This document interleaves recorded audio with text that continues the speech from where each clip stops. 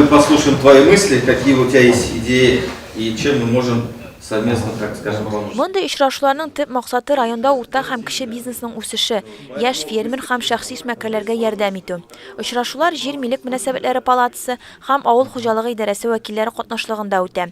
Кирәк булганда хокук саклау органы, газ хезмәте һәм электр челтәрләре вәкилләре дә чакырыла.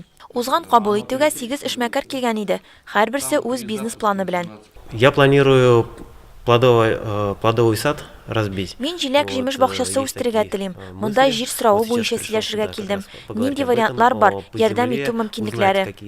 Я еще только в самом начале стадии. Фермерлык хуҗалыгым әле башлангыч чорында гына. Мин кошлар үрчетү һәм җир эшкәртү белән шөгыльләнәсем килә. Фермерчы өчен җир соравы бик мөһим. Бу проблема чишелсә, көч тә мөмкинлекләр дә табылачак.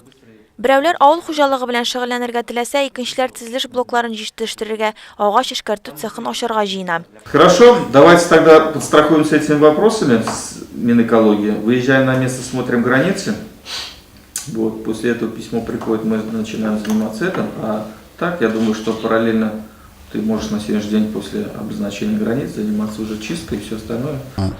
Мы хотели здесь построить цех по переработке и изготавливать арболитовые блоки. Бүген агач эшкәртелгәннән соң күп күләмдәге калдыклар полигонда ята. Без районда шуларны эшкәртү цехын, арбалет блокларын җитештерү буенча производство ачарга телибез. Район җитәкчелеген әлеге проект кызыксындырды. У нас бывает то, что приходят предприниматели, которые 3-4 раза, у которых первую проблему решили, они пришли, говорят, вот у нас сейчас немножко вот такие трудности, в этом вопросе нам помогите. Эшмәкәрләр район җитәкчелегенә проблемалар, сораулары белән килә алалар. Бу системалы эш. Максатыбыз районда эшмәкәрләр санын арттыру һәм аларның эшләре сыйфатлы киртәләрсез бару.